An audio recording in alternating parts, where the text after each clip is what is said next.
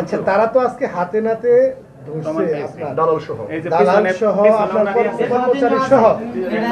দুর্নীতির বিষয়টা তারা হাতে নাতে ধরছে, এই বিষয়ে আপনি কি বলবেন?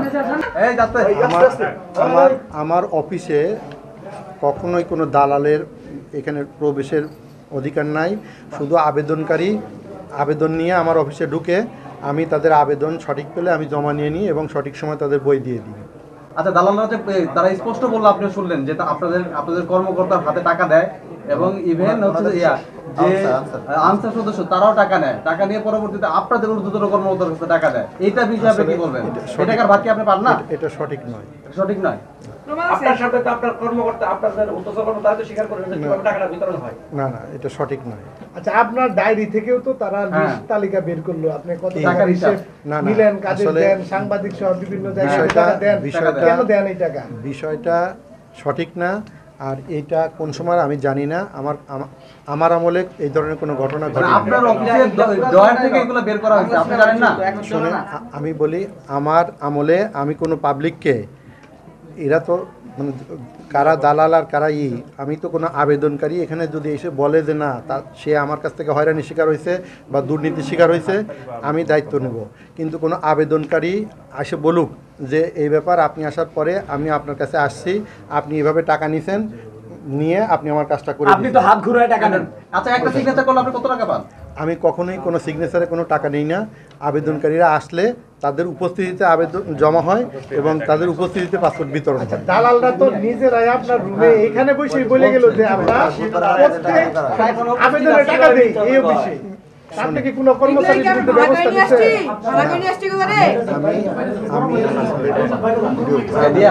এই ধরনের যদি কোনো অভিযোগ পাই স্পেসিফিক, তাহলে আমি ব্যবস্থা নিতে পারবো। স্পেসিফিক কোনো প্রমাণ না পেলে ব্যবস্থা নেওয়ার সুযোগ নেই। আমাদের এখানে কমপ্লেন আসছে যে দালালের মাধ্যমে যদি কাজ করা হয় অনেক ভুলও তারা শুদ্ধ হিসেবে চালাই দেয়, কিন্তু দালাল ছাড়া যদি কাজ করা হয় তখন দেখা যায় যে নিজেরাই ভুল করে সেগুলো মানে টাকা নেয়, হেনস্থা করে। ইভেন অনবরত দালাল চক্র এখানে ঘুরঘুর করে বাইরে থেকে, মানে এখানে একজন আমরা যখন এসে কথা বলার পরে ওনারা বলতেছিল যে অফিসের বাইরে আমরা এটার দায়ভার নিব না, কিন্তু আমরা যদি গেট থেকে ভিতরে ঢুকতেই না পারি তাহলে আমরা কর্মকর্তা পর্যন্ত যাবো কীভাবে? আমাদের তো তারা গেট থেকেই ঢুকতে দেয় না। গেটে বলে যদি আপনারা টাকা দেন, আমাদেরকে যদি এই পরিমাণ টাকা দেন তাহলে আমরা আপনাদের কাজটা গেটে বাইরে থেকেই করে দিব। কেন আমরা এটা হেনস্থার শিকার হচ্ছি? আর দালাল চক্র কেন আমাদের মানে আমাদের একটা আঞ্চলিক পাসপোর্ট অফিস, আমরা যারা মেলান্দ মাদারগঞ্জ এখান থেকে যারা তারা অনেক মূর্খ, তারা বুঝে না অনেক কিছু আছে, জন্ম নিবন্ধন এনতেন এগুলো অনেক কিছু বুঝেই না। তাহলে তাদের জন্য যদি আমরা একটা হেল্প ডেস্ক খুলি তাহলে তো আমাদের এটা সবার জন্য উপকার। দেখা যায় দালাল চক্র দেখা যাচ্ছে কি মানে তারা যেহেতু বুঝতেছে না এটার একটা সরলতার সুযোগ নেই, সুযোগ নিয়ে তাদেরকে বলে যে আমরা এটা করে দিব, আপনারা যদি এখানে অফিসে আসার পর যদি লাগে 7,000 টাকা, তারা ওখানে গিয়ে বলতেছে 10,000 11,000 টাকা দেন আমরা করে দিচ্ছি। জামালপুর বৈষম্য বিরোধী আন্দোলনের সহযোগিতাগণ নিউজ পেয়েছি যে জামালপুর পাসপোর্ট অফিসে দুর্নীতিতে, এবং আমাদের কয়েকজন কমপ্লেন করেছে যে এই দুর্নীতিটা চলমান রয়েছে। আমরা আমাদের ছাত্র সংগঠনে এখানে আসি এবং আমরা ইনভেস্টিগেশন এবং কথা বলা শুরু করি। প্রথমত আমরা তাদেরকে জিজ্ঞাসা করি, তারা প্রথমত অস্বীকার করে। আমরা বাইরে গিয়ে অবস্থান করি এবং আমরা কয়েকজন পাসপোর্ট যারা করেছেন তাদেরকে জিজ্ঞাসা করি। জিজ্ঞাসা করার পর বলা হয় যে পাসপোর্ট করতে যে টাকাটা নেওয়া হয় তার থেকে 3 থেকে 4,000 টাকা বেশি অ্যাক্সেস করে এই টাকাটা তারা পাসপোর্ট অফিসে দিয়ে থাকে। এখন বললাম যে কিসের মাধ্যমে? ওনারা বলেন যে দালালের মাধ্যমে। আমরা তার কাছ থেকে নাম্বার নিয়ে দালালকে ফোন দেওয়ার পর সেই দালালকে ধরতে আমরা সক্ষম হই এবং সেই দালালের মাধ্যমে আমরা জানতে পারি যে কে সে দালাল বলে থাকেন এবং এর সাথে কয়েকজন চক্র রয়েছেন যারা যে দালালের কাজটা করে থাকেন, যারা one kind of signature use করে। এই সিগনেচারটা এডি সাহেব এটাকে নোট করে রাখেন। সেকেন্ড হচ্ছে ওয়ান কাইন্ড অফ হচ্ছে সিক্রেট ওয়ার্ড, যেটা আমরা বলতে পারি। সেকেন্ড হচ্ছে সেই দালাল আমাদের স্টেটমেন্ট দেয় যে এই অফিসের ভিতরে কে কে জড়িত রয়েছে। তারা বলেন যে আমরা মূলত প্রত্যেকটা ফাইলের জন্য 1,000 করে টাকা আমাদের নিচে MFSS এর কাছে আমরা যে সহকারী রয়েছে তাকে আমরা প্রত্যেকটা ফাইলের জন্য 1,000 করে টাকা দিই। আমরা তারপর আমরা সিসি ক্যামেরা দেখে সে রুমের ভিতরে কে কে রয়েছে, দেখি যে কাউসারের সাথে একজন মিজান নামের একজন আনসার রয়েছে। সেই আনসারকে আমরা জিজ্ঞাসা করি, সে জিজ্ঞাসার মাধ্যমে সেও প্রমাণ বলে দেন যে কাউসার প্রত্যেকটা ফাইলের জন্য 1,000 করে টাকা নেন, আমার কাছে দেন এবং এই টাকা আমি কাউসারকে দিই।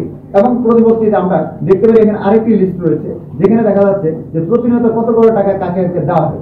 এখানে দেখা যাচ্ছে যে হুজুর রয়েছে তারপরে সাংবাদিক রয়েছে, তারপর চাপ রয়েছে, তারপর টোনার রয়েছে, এবং সুলাইমান নামের যে একজন দালালের কথা, সেই দালালের কথাও রয়েছে, যেখানে টাকা দেওয়ার কথাটা বলা হয়েছে।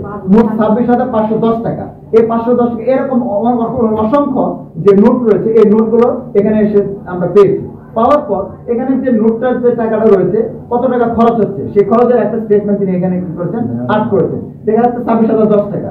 আমরা দেখলাম যে আসলে এটা ওনার হ্যান্ড রাইটিং কিনা। দেখলাম যে তার যে আসলে অন্য অন্য জায়গায় যে তিনি লিখেছেন, সেই হ্যান্ড রাইটিং সাথে মিল রেখে দেখি যে দুইটা হ্যান্ড রাইটিং মিলে যাচ্ছে। এমন অবস্থায় আমরা প্রমাণ করতে সক্ষম হয়েছি যে এই যে আজকের যে এর হিসাব রয়েছে, তিনি মূলত এই দুর্নীতির সাথে সরাসরি যুক্ত রয়েছে।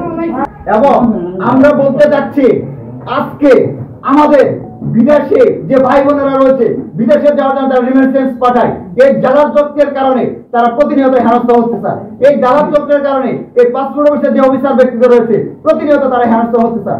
এমন অবস্থায় আমি বলতে চাচ্ছি যে যারা মূলত রক্ষক যখন বক্ষক হয়, তাদেরকে এই পজিশনে থাকার মতো কোনো ধরনের অধিকার নেই। আমি চাচ্ছি তাদের ইমিডিয়েটলি পদত্যাগ করা হোক, এবং তার এই আসনের মতো বসার জন্য তাদের কোনো যোগ্যতা নেই।